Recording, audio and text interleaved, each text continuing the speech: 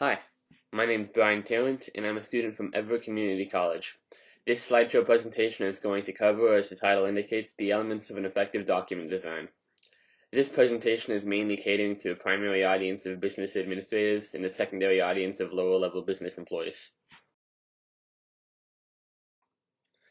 Well, what do I mean by that? What constitutes an effective document?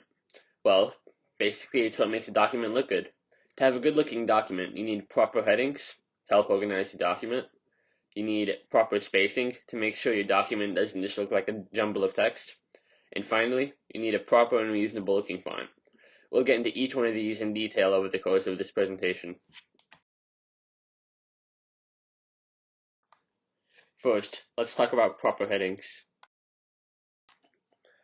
Why are headings important for a document? When one puts headings into a document, it makes the text much easier to follow because each section is clearly laid out. Imagine if you needed only a specific piece of information in a document, but the document had no headings. That piece of information would be incredibly difficult and time-consuming to find, and thus headings point readers to what information they need. By including headings, you allow for readers to skim your document to go over information they don't need, and truly utilize the time. Here's a few tips on how to make good headings.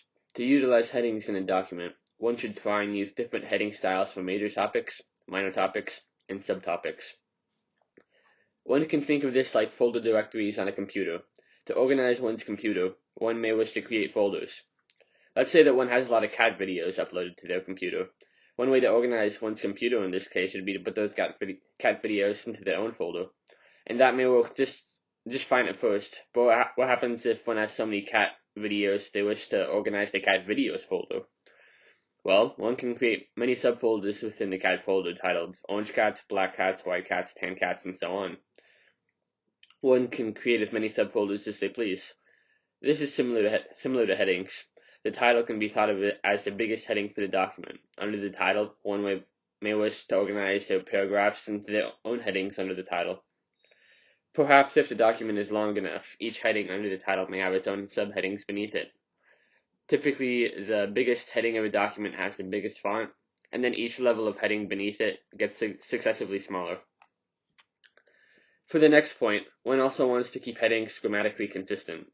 When writing documents, if one wants to have short phrases as one's headings, one should stick to short phrases. If one wants to have questions as one's headings, one should stick to questions. Longest phrases, stick to the longest phrases throughout. Keep things consistent. Next, let's talk about proper spacing and how to properly space out your document. Why is proper spacing important? Similar to headings, proper spacing makes documents more efficient of a read. When a document is better spaced out, the eye transfers to text more easily, and thus the reader can read through the document faster and with less energy. When things are properly spaced out in a document, it becomes far more organized as well, and looks more professional. To properly space out a document, one first wants to, obviously, provide plenty of white space in their document. Having a good amount of white space on each page makes it so that the page doesn't appear to be too dense with text, which in turn makes the text better organized and easier to read. With white space, though, one also wants to make sure that the paragraphs one writes are specific. Having general paragraphs can be a great harm to the organization of your document, and can be an uncomfortable read-through for your readers. Finally, one may want to consider a good-based approach to design. Ask yourself when writing, should you have 4 paragraphs on the page, 2 columns, 3 columns? Have 2 paragraphs in the picture? Pre-planning the location of text and images on the screen can be a great benefit to the organization of the document. Finally, proper font is incredibly important for a well-written document. Why is proper font important? In today's world, there are tons of crazy-looking fonts to choose from. However, many fonts, such as ones that imitate cursive or handwriting, can make a document look difficult to read and unprofessional. However, some crazy-looking fonts, within moderation, can be used to emphasize text in certain parts of the document. To properly choose a good font, one typically wants to stick to fonts that are easy on the eyes, such as Helvetica, Arial, or Times New Roman. One should also consider the document's purpose. Sans serif fonts, such as Helvetica, are good for technical data, whereas serif fonts, such as Times New Roman, are good for text and long passages.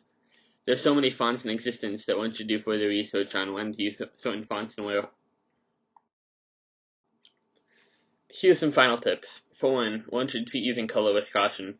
Color has the potential to make a document look good, but using too much color and using too many different colors will make a document look pretty bad pretty quick. Next, consider making lists. Lists are a great way to display information in a reasonable looking fashion, diverting from the usual paragraph style of most documents. Using headers and footers are an important tool for organization, as well as including page numbers. These are particularly important in long documents.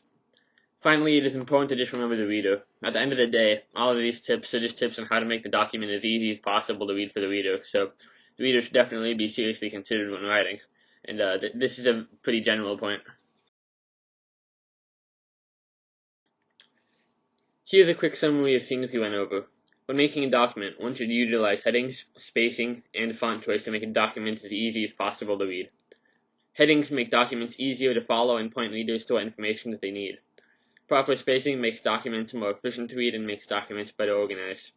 A poor font choice can make a document difficult to read, so it is important that one chooses font wisely. And that's it. Thanks for watching, folks. Here's my references, including the pictures.